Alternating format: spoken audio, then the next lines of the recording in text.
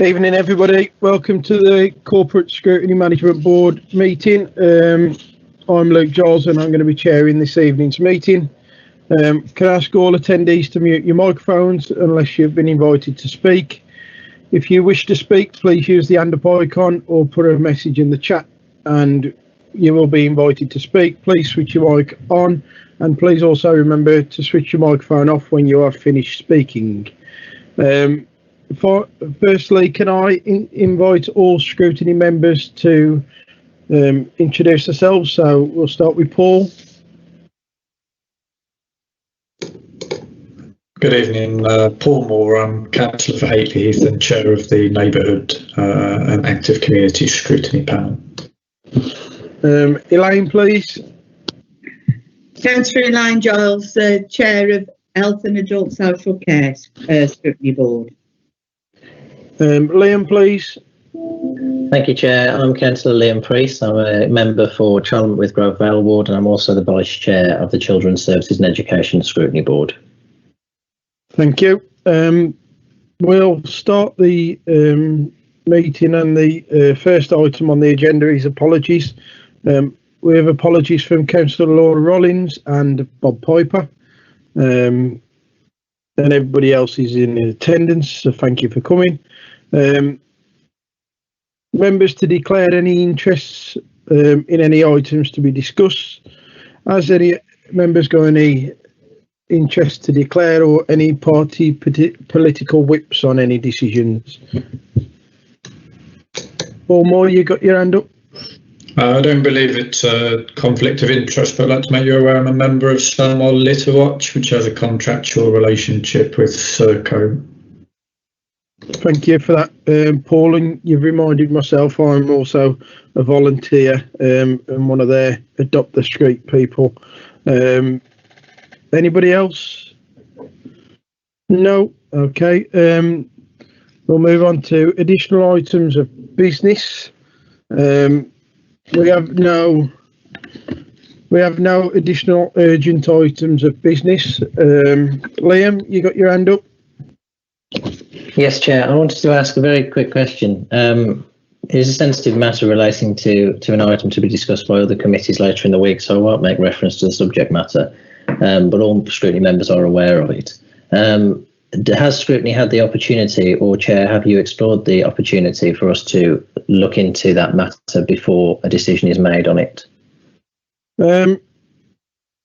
Yes, I did ask the question, and I was told that we couldn't discuss it until it's gone to the relevant committee.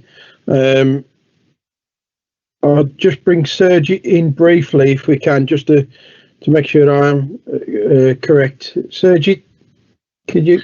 Yes, Chair. If I understand the matter, it's a matter that report to another committee in relation to this matter. I think it's appropriate that that committee considers the report in the first instance. Okay, thank you for that. Liam, you still got your hand up? Yes, I appreciate what Sergi is saying, and ordinarily that would be the case. However, because of the very short time frame between the committee to which the report is being delivered to and the Cabinet Committee, scrutiny does not have the option in this case to offer pre-decision or pre-recommendation scrutiny on the matter.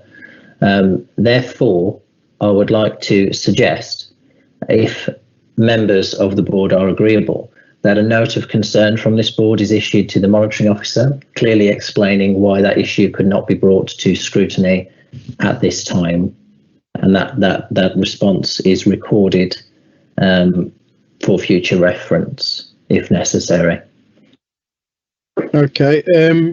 Is any of the members, obviously, Elaine and Paul, have you got any comments around what Liam has suggested? I agree with Liam. Sorry, could I just clarify what the request was? Was that I wasn't quite clear. Could you just repeat it? Could you repeat it, please, Liam? Yes, my suggestion, Councillor Moore, is that officers of this committee write to the monitoring officer on behalf of this committee to request a clear response as to why the matter cannot be discussed by this committee beforehand. Is that clear? Did you get that, Paul? I don't see why not. I don't object to that, no. Okay. Obviously, Elaine's in favour to that, and myself and Paul is. I believe. Deb, or is that Suki? Can you just make a note of that, please? And yes, we will do, Chair. okay, thank you for that. Obviously, that clears that item up. Is that okay, Liam?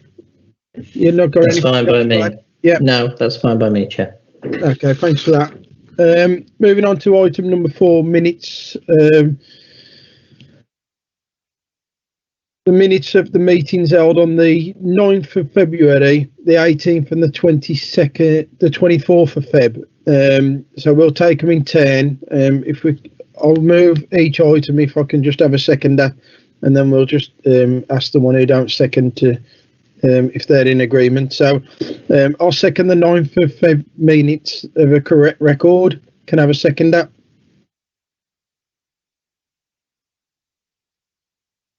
Happy to second that, yeah. Okay, so you both jumped in at the same time. We'll take Paul Moore. So Elaine, you're in agreement, I believe. Yeah. Okay, thanks for that. So they're a correct record and approved. And we'll go to the 18th. I'll move these as a correct record. Can I have a seconder? Seconded. Seconded by Elaine. Paul, are you in agreement? Yes, Chair. Approved. And the 24th of February. I'll move these as a correct record. Can I have a seconder? Happy to second that. Paul, are you in agreement? Elaine? Yes. Yeah.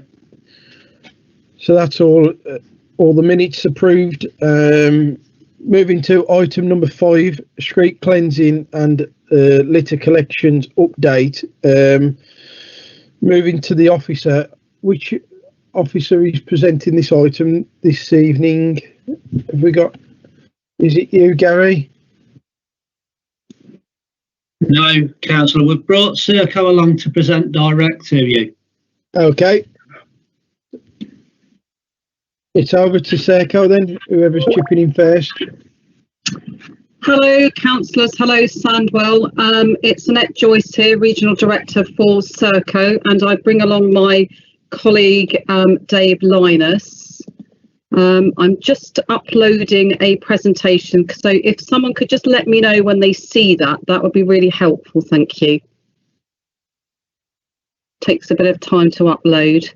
I'm assuming, Dave, you're there, Dave Linus? I am indeed, yes. Fantastic. That's great. So Dave Linus is kind of the contract manager, managing the contract for Sandwell itself. So Dave is on the contract every day of the week generally, and certainly has been pretty much all over COVID. So it's just an update from Serco with regards to our contract at Sandwell, and one of the things that we just wanted to raise in the first instance was our response to COVID-19.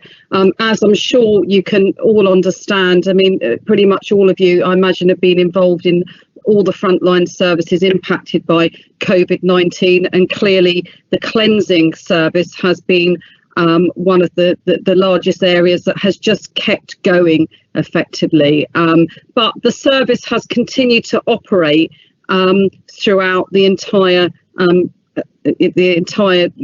all through COVID, and still operating now, although some services have in fact been reduced. We are clearly operating within the DEFRA guidelines, although it's really difficult to have social distancing in actually the refuse vehicles themselves. So we have masks that are used, and the hand gels used, and gloves where we can, and also we defog all of the vehicles when they come back from their rounds. But it's, as I say, it's very difficult to operate with socially distanced working, but we have created bubbles so that we have the same people operating, if we can, in the same cabs on the same routes, day in and day out. And as you can imagine, it's impacted on all of our contracts all over the UK, but particularly Sandwell, because clearly you've had one of the highest spikes in the country of COVID. So we have seen,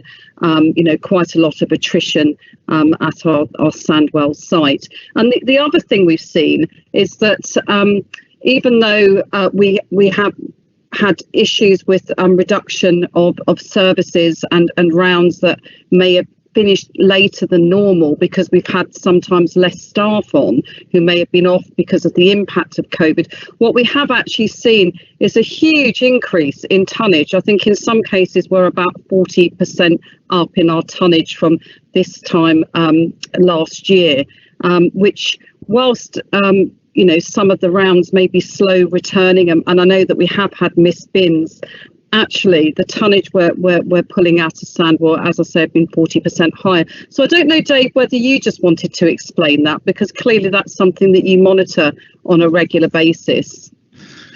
Yeah, what we've been seeing is since COVID hit is the tonnages have been absolutely through the roof. At the start of COVID, a lot of people said it was like Christmas every day, but it's like the tonnage is actually worse than Christmas. So the increase is we've collected roughly about 20,000 more tonnes this year compared to the equivalent time last year. My teams have been working hard all the way through, and it's taken its toll on my staff. So yes, the guys are working as hard as they can do, but the tonnages are astronomical. Yeah, so I think that there is that balance, isn't there, that it might be slightly slower as a result of that. But what is good is that we can see that the infection rates are falling nationally and locally. We're starting to see that people are coming back to work, because we've had quite a few people off over a period of time who have been off as a result of people infected by COVID or shielding in some cases. But we still have to continue to clearly operate our social distancing. What that has meant is that the food service is still suspended, because we still haven't quite worked out how we can deliver that service in a socially distanced way.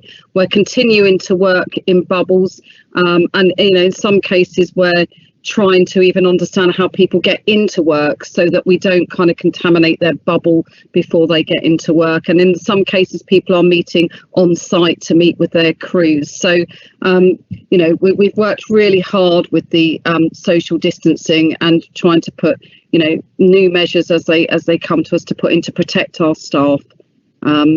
So as I say, the impacts of COVID really we've had sickness, and there's been some long COVID as well, so we wish people a speedy recovery, but there are some people who are off who will be suffering from what is termed as long COVID. There has been significant absencing where people have to isolate, and I'm sure you're all aware that when you get the ping through from the track and trace, it is actually a legal requirement. You have to go off and isolate. So we've had tranches of people going off with that. There's been clearly a necessity for people to shield. And then there was an introduction of a new class of shielding, so we've had even more people go off with that.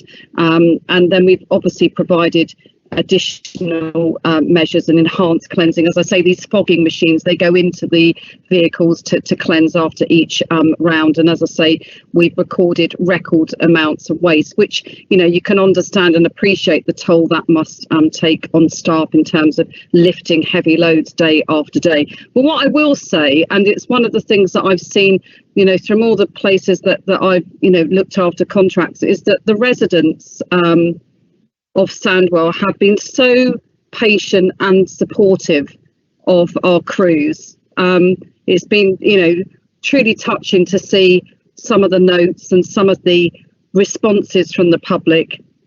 We know that we've had missed bins, and we've tried to get the service back on track as quickly as we can when we have. Being some great leadership from officers, fantastic leadership from politicians and councillors, but the residents have been really fantastic to our staff and crew. I mean, there's been pictures in windows, there's been thank you messages, and that has really kept the girls and guys going. And so the spirit of Sandwell is, second to none, and something that, the town should really be proud of. So, we did have problems. We were behind, partly because we had tonnage issues and partly because there was a point when I think we met the point of, infection rate where we had lots of people off. I think at one point it was nearly 100 people off on the contract.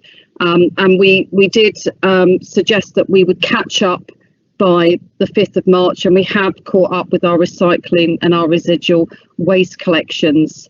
And as I say, we can't apologise enough for the delays, and we do have to thank our staff for working extra hours. We actually put crews on till 8 o'clock at night just to catch up, and also out on all day Saturday and Sundays, which is very unusual. We would never operate on a Sunday, and we would never operate beyond 4 or 5 o'clock, but we went up till 8 o'clock, and the crews were so so wanting to kind of put this right that they were really committed to working those hours. So we've got a great team in Sandwell. They work as hard as they can, and as I say, we caught up by the 5th of March, which I'm very proud of Dave and his team for being able to do that, and clearly to Gary Charlton for his leadership and advice and helping us with that. So we don't obviously just look after the collections. There's clearly the street cleansing, and it is right to say there have been points where we've taken staff off the street cleansing to manage some of the municipal waste collections. But during March, and Dave, please come in a moment. We're obviously doing our waste collections. Food waste is still suspended. Our garden waste was switched on this week actually, and we're continuing with our bin deliveries, recycling, our bulky waste, and also our street cleansing service. So I don't know, Dave, whether you want to talk about street cleansing, because whilst we're kind of entering into spring, if you like, we probably have a slightly more enhanced regime because you have the parks and open spaces, which becomes more intense in terms of its cleansing. Yeah, the parks come online April, so we'll be adding extra resources in then. We have added some extra resources in at present to try and assist the street cleansing to get back up to where it needs to be, because it has been impacted, especially with the HGV drivers and stuff like that that have gone across onto the residual and DMR to assist. The crews on the street cleansing are out litter picking, collecting the fly tips, emptying the bins. The barrow beats have been an ever-present commodity out there, and they are working a way to get things up to where they need to be, which is going to be a work in progress. Like I say, we've got these extra resources out at present, doing some major deep cleansing in areas. So yes. Annette, you're on mute. Thank you. I think most people prefer them on mute. Thank you, Dave. And then I see that we're obviously responding to fly tipping as much as possible, Dave. So I didn't know whether that's something that you wanted to comment on, whether there's any particular fly tipping issues that you've been kind of dealing with in the last few weeks. Yeah, the fly tipping has increased, and we are seeing a higher percentage of big fly tips, potentially off the back of vans onto land, which is quite difficult to get into. So this does take time to get them cleared. One today that came through is about 100 tyres. This is not a resident that's doing that, it's a business that's doing that, or a one-man show. And these do take time to get cleared because of the size of them. I don't think there's a major issue with fly tips in Sandwell, but it has increased. Certain other areas where I've worked previously have been major issues. The numbers in Sandwell do not come anywhere near other places that have an equivalent size as Sandwell.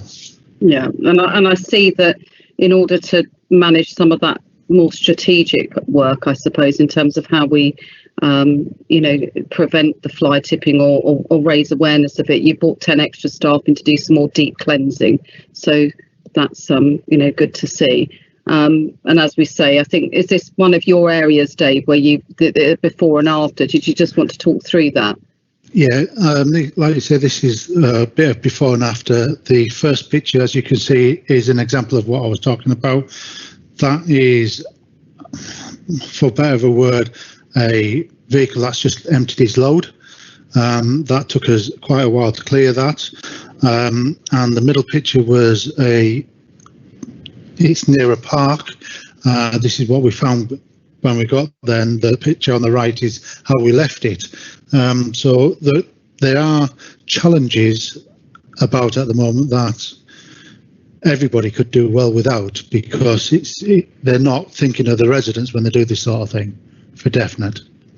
Okay, thank you, Dave. And I take it that gets reported through to yourself, and then you work with Gary on a plan of recovery. Yes, 9 times out of 10, this sort of thing comes via Gary to us. Yes. Great, lovely, thank you. So, as we say, I think we're back on track now with our street cleansing. We're doing the litter picking with allocated parks, our fly tip clearance where we can, the town and street cleansing, and certainly we need to get the town and our street centres looking as great as possible, particularly as the lockdown lifts and there's more people coming into our parks and our open spaces. And so I respect the fact that we probably haven't had as much visitation to these places, and it has at times been a necessity to take people off from one area to another, but we need to get on track with that. Is that Councillor Moore? Did you want to come in? Did you have a question? Oh, sorry, I was just indicating when you'd finished to ask a question. I'm happy to continue. Lovely. We're nearly finished, so I'll get to you in a moment. Yeah, so as I say, we're committed to providing our services whilst the pandemic kind of does dictate what's necessity. But I think that we can see that we're trying to switch all of our services back on. It's just the food element of it which has been the most difficult, because we just cannot do that in a socially distanced way at the moment. And I do want to thank members and officers for their outstanding work. We've had some very difficult conversations with councillors and with officers, and it hasn't been easy. There have been times when you're all aware we've had bins that haven't been emptied and streets that haven't been cleaned, partly because we just haven't had the capacity to do it, partly because of tonnage. But we have worked together. We've increased the hours where we can. We've brought in extra staff where we can. And I would like to just say how fantastic the refuse and cleansing workers have been during this time, because they have just worked tirelessly, like yourselves actually, throughout the pandemic. And it hasn't been easy, because as I say, the tonnages and the loads have been so much heavier, and it has been a long hard slog. But actually, I can see that we're coming through it now. We can see that the tonnages hopefully will start to reduce. Things will hopefully start to go back to normal, and we'll be able to switch the food waste services back on. So just want to thank our staff and councillors and the residents particularly for their absolute support, because they've been sending messages at times this year which have really helped our workforce. So if there's any questions specifically for the contract, then I'll obviously pass that over to Dave. But I think Councillor Moore, you came in first with a question.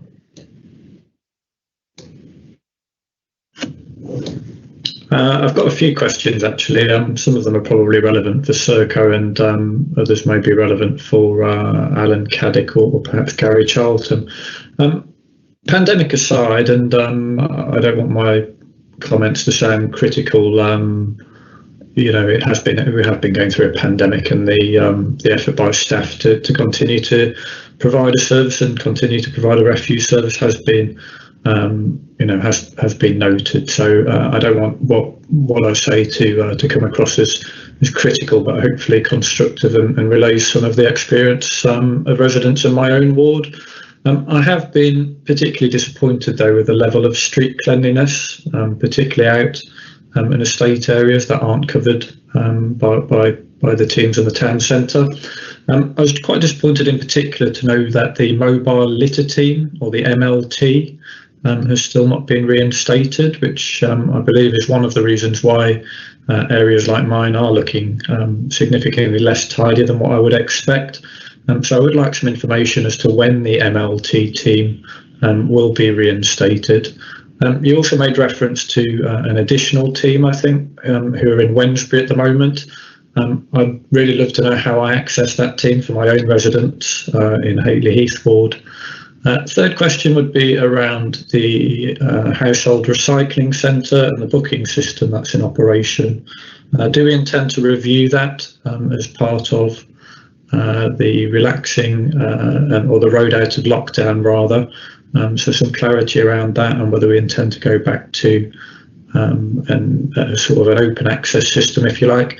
And my final question really is a challenge more, I think, probably to the officers of the council as well as Serco, about what we're doing generally around litter and fly tipping and a corporate message as a council. We have run campaigns before on dog fouling, for example, and on other issues.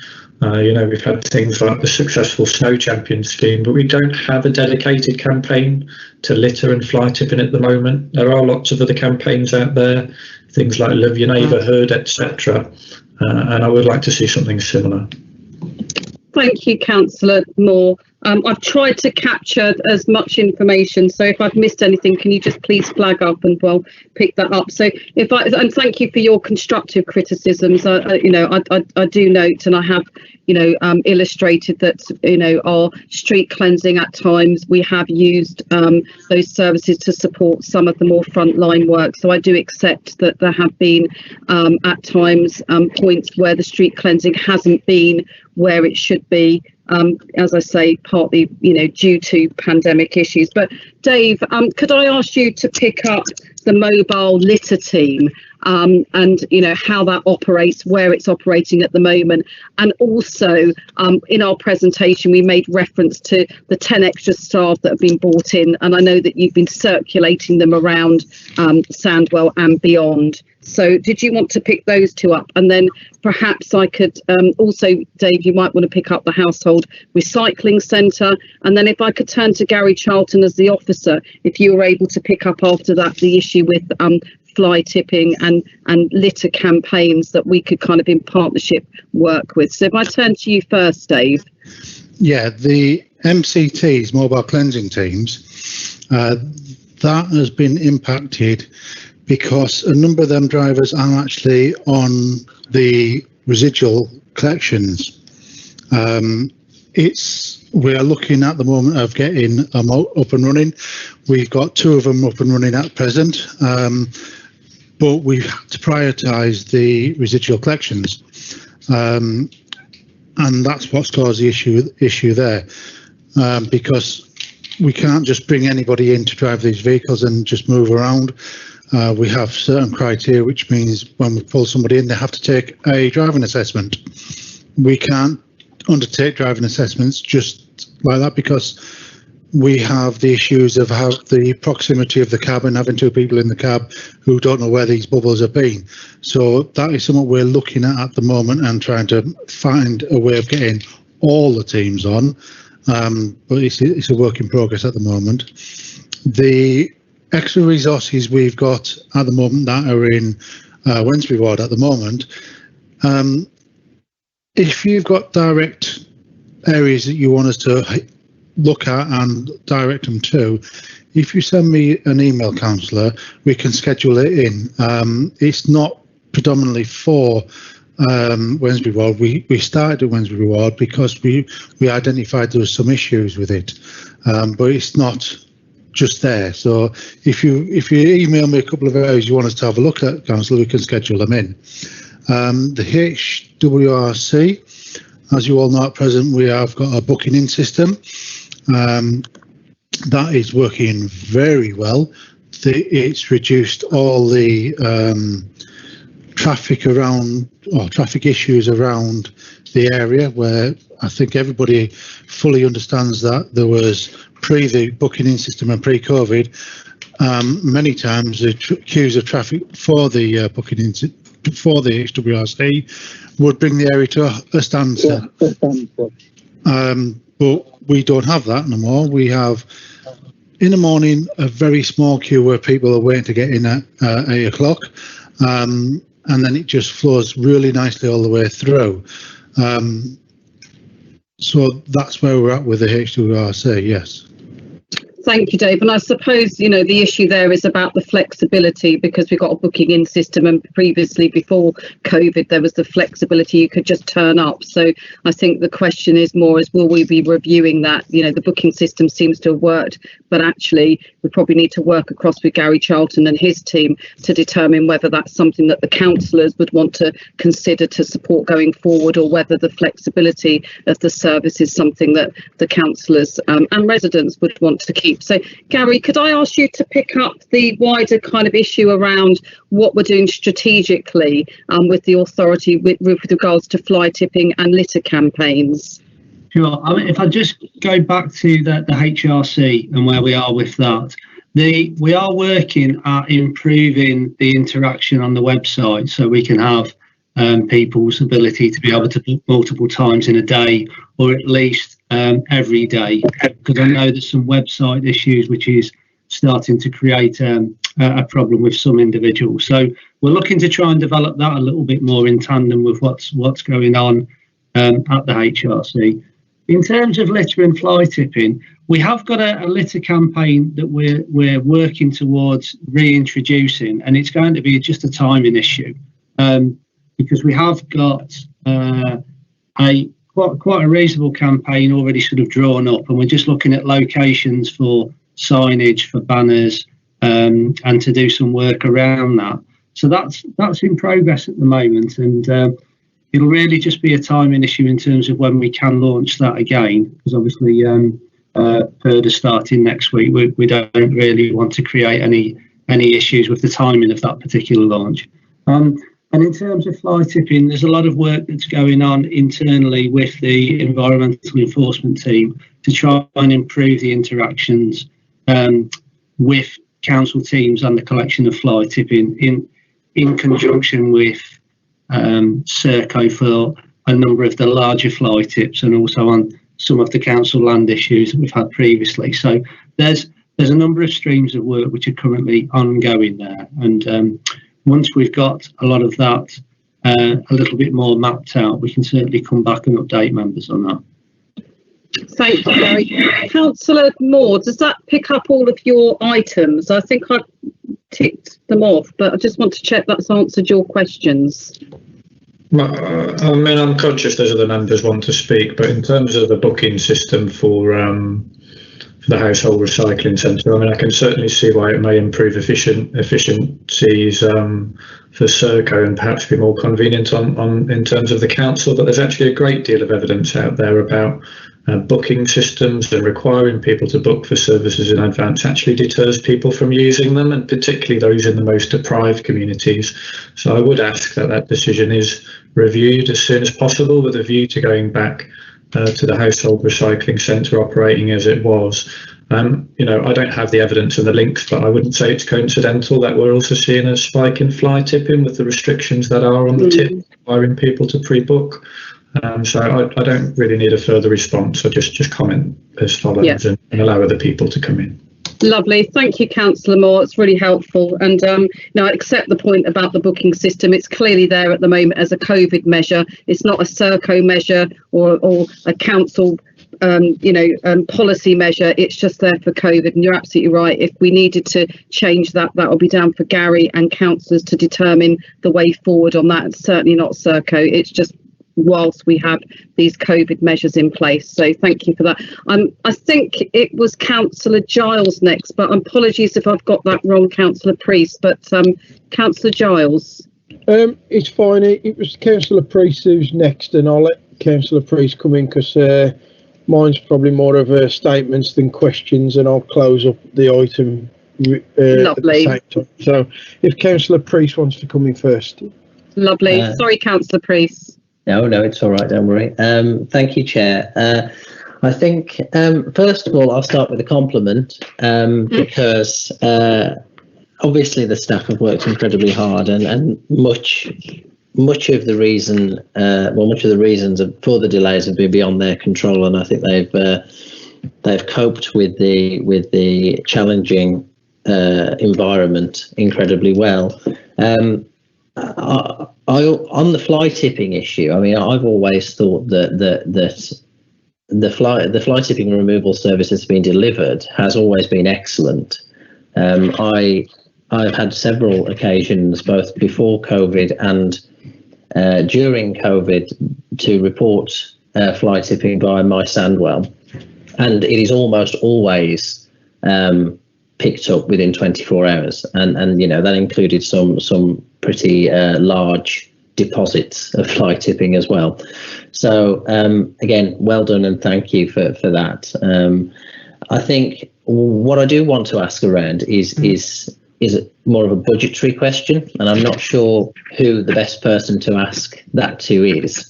But the first question is around the increase in tonnage that you mentioned right at the start of the presentation.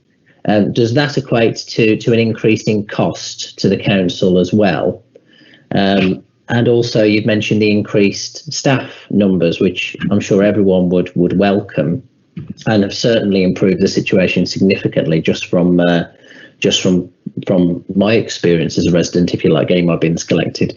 Has there been an increased cost passed on to the council because of the extra staff we've put on? And on the again on the fly tipping, I suppose this might be a question for Gary because it's more council related. I know that in the past, and I'm not sure if this situation has changed due to COVID. In the past, we tended to have grot spots, if you like, areas where fly tipping would occur repeatedly, and that's certainly the case in my ward. In a couple of secluded lanes and things, that you often find fly tipping down there. And I know environmental health at least used to have cameras that we used to help enforce fines for fly tipping. Do we still operate those cameras, and are there any plans, or would it be useful to increase the numbers of those cameras? Because I understand there may have been only 2 or so for the whole borough at one point. But I know I did have, a couple of years ago, I did have one camera down on a hotspot in my area, and it did improve the situation dramatically for the time it was on. I think that's everything on my... I did just want to reinforce Councillor Moore's point around the street cleansing. I mean, in my experience of talking to my residents about it, people were actually very understanding around having to wait a little bit longer to have their household bins collected.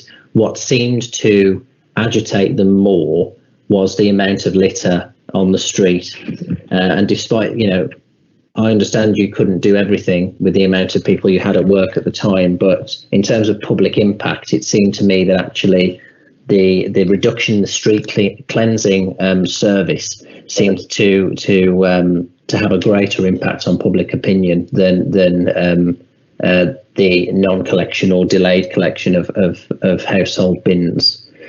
Thanks, Chair. I think that's everything. Lovely. Thank you, Councillor Priest. I think I've got all of that. And as I say before, I do accept the constructive criticism around the street cleansing, and we have to accept that. And we are trying to work very hard at the moment to put that right with our 10 extra staff we've got in working around Sandwell and beyond. But Gary, did you want me to turn to you first with regards to strategic plans with regards to enforcement cameras? I didn't know whether this is something that you want to answer or something that we need to have a discussion at a later date and come back to. But is there a comment you wanted to raise on that? I was just on a couple of those items, Annette. Yeah. Around camera enforcement, I think we'll need to talk to colleagues in the environmental enforcement team to see what is available, and we'll have to feed back at that stage. I know in terms of the hotspot areas, there is a plan to try and bring that back, that there is a regular patrol of those hotspot areas, and we are aware of where they are across the borough. in terms of some of the cost-based issues that we raised there, yes, disposal costs have increased, but they are within the constraints of the budgets that we have to be able to deal with that right now. And that, do you want me to talk broadly about the overall cost of the service and how we're managing that, or do you want to pick that up? I'm happy for you to pick that up. That's fine. Yes, no problem. Yeah, I think on the basis that we've got an overall budget for the delivery of all services, when certain services are suspended, the money that's assigned to that can be put into the additional work that we need in other places. So at the moment, we're moving pots of money around that's not being delivered to be able to try and deliver additional benefits and additional pieces of work that we need to.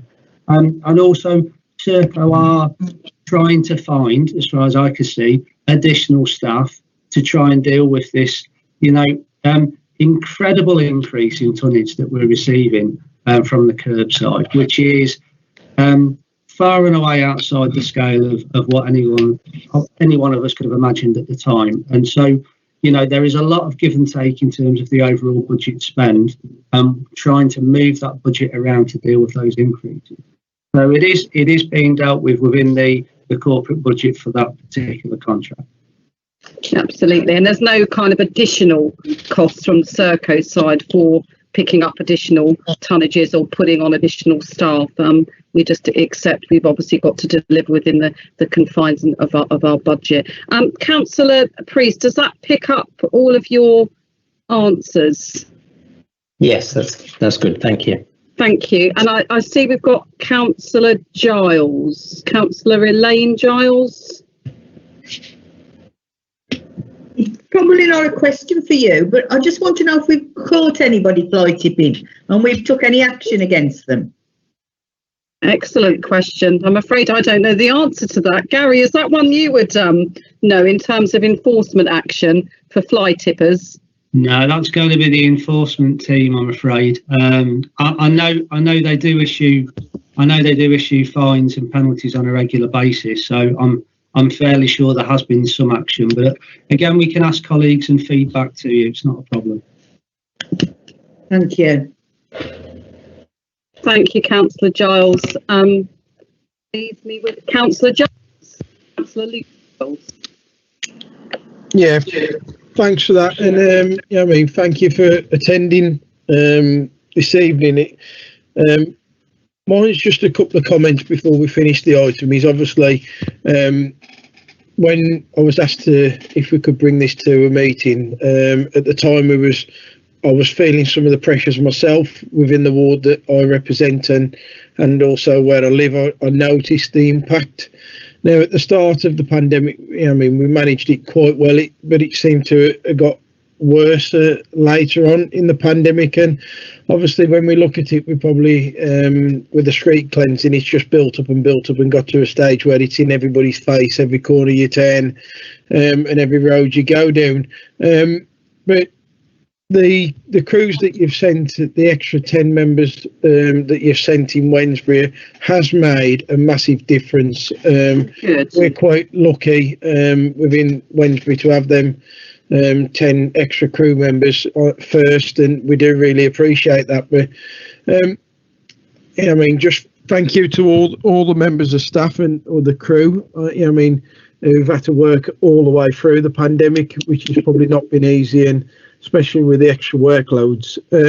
So if you can obviously take our thanks back to all your members of staff. And I know we're going to get criticised, and we get criticised on social media when we miss a bin collection, but 9 times out of 10, Sandwell do deliver a good bin service and a good street cleansing service. If you look at neighbouring authorities whom on a fortnightly collection, and their streets are absolutely in a worse state than ours. And unfortunately, people have a go at the bins to get to score political points, and unfortunately Serco and the workers on the ground take that brunt of the criticism. But I hope politicians across the board will join me and just thank the crew and thank Serco for the outstanding service that they've been delivering all through the pandemic. Granted, we've had a bit of upheaval, but it could have been a lot worse. And I mean, we do really appreciate that, and I hope the politicians are listening to this and they join us and thank the crews, and also thank the officers who've obviously tried to manage this situation as well. If there's anything else anybody wants to say, I don't know if Annette wants to close up with any remarks before we move on. No, I mean, I would just like to, reiterate what you say, Councillor Giles, and it's much appreciated, and we will feed that back to our wider workforce. But you can see on my slide in front of you, thanking the members, the officers. There's been some excellent leadership in Sandwell. I remember when we first went into lockdown, the meetings with councillors and senior officers was the very next day, and we've continued to meet on a regular basis. As I say, I accept all of the constructive criticism, particularly around the street cleansing. I hope that when we come back again, because I hope you all invite us to come back again, you will start to see that marked improvement. And again, finishing on your comments that staff have done a fantastic job through very extreme circumstances, and would like to also thank the residents who have just been second to none in their support for their staff who pick up their bins and clean their streets. I've never seen support like it, so would like to thank that. Thank you very much, Councillor Giles. Yeah, thank you, and thank you, Dave, and Alan and Gary as well. You all do a sterling job. So unless any members have got any closing comments, any committee members, we'll move on to item number 5. You are free to go if obviously your item is now finished, so if you're listening to us bore you a bit more. Oh, lovely, thank you very much. I'm going to get a cup of tea and listen to you on the internet now, so I'll catch up with you in about 5 minutes. Thank you, everyone. Bye-bye. Bye. Thank you. Bye-bye. Good night. Good night. So we move to item number 6, budget monitoring. I believe, is it Rebecca? Over to me, Chair. Thank you. Just a brief summary. As hopefully you all have had a chance to read through the report. The report went to Cabinet on the 24th of February, and it details the projected position across the council in terms of finances as at the end of December, so Q3. So the projected position across directorates, excluding public health and central items, is an underspend of £8.4 million, but there are some notable variances within this. A £9.9 million projected underspend against adult social care, which is largely as a result of the impact of COVID-19 on placement costs and other services that have had to be suspended. 1.1 million overspend against regeneration and growth, which is largely as a result of the property maintenance account, and a £2.9 million overspend against children's services, which is due to mainly the SEND transport budget pressure. Including public health and central items, the underspend increases to 10.4 million. But we do have to keep the public health underspend in a reserve specifically for that use. After the use of reserves that have been brought forward and one-off balances, the position overall for the council is a very small underspend of £203,000. So generally, across the board, we're pretty much break even. The projection does include the use of £15.9 million of the COVID emergency grant funding. And the remainder of that funding will be used to offset a loss of business rates income and council tax income and some of the commercial income. Other recommendations in the report are a further allocation of £632,000 to Sandwell Children's Trust towards their COVID pressures, the creation of an earmarked reserve for elections in order to deliver COVID-safe elections, and that's £150,000, a revenue contribution to capital of £600,000 for the purchase of ICT equipment for Sandwell Children's Trust. So the report and appendices provide further detail on this and a breakdown across directorates. and also goes into detail about the reasons for the variances. The finance business partners for each of the directorates are on the meeting tonight, so hopefully they'll be able to answer any detailed questions that the board may have. So I'll hand back to you, Chair, to open up for questions. Thank you for that. Is there any questions from members? We got Liam, Liam Priest. Hello, thanks, Chair. Just a very quick one. Apologies if I've missed this in the report. On the extra money being allocated to elections, we had a briefing as councillors from our elections team, and of course we all understand the extra measures in terms of PPE and redesigning polling stations and what have you that they've had to do. Is part of the extra cost down to an increase or an expected increase in the number of postal votes and the need to send postal votes out to people and have them returned and what have you? Thanks, Chair. Sergio may be able to answer this. I was going to say, Chair, if you're happy to, I can respond to that. I think we are anticipating and we have had an increase in the take-up of postal votes. So we are expecting an increase in that regard. And obviously, yes, you're right, there will be an increase in the printing costs associated. So it won't be a significant proportion of the anticipated additional costs as you would expect, but you're right, there will be an increase, and we've already seen that as part of the campaign to make the electorate aware of postal votes as an alternative. And as I say, in the first few days, we've had a very good and positive response to that, and we're anticipating that trend to continue. It won't be, as I say, a doubling of postal votes, but it's an encouraging sign to increase the number of postal voters that we have. Any other questions? Paul Moore? I do think it might be helpful to have a further look at the work around the property maintenance account. Probably not this side of the elections, but certainly as part of the next municipal year. Okay, we'll note that in, obviously, and we'll bring that back after the elections. Any other comments or questions? No? Okay. Quite an easy one for you tonight, Rebecca, and thank you for coming in, your team. We'll move on.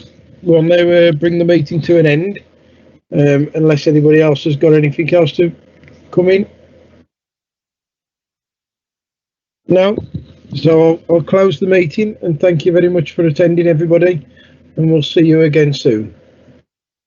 Thank you, Chair. No worries. Yeah. Good night. Good night.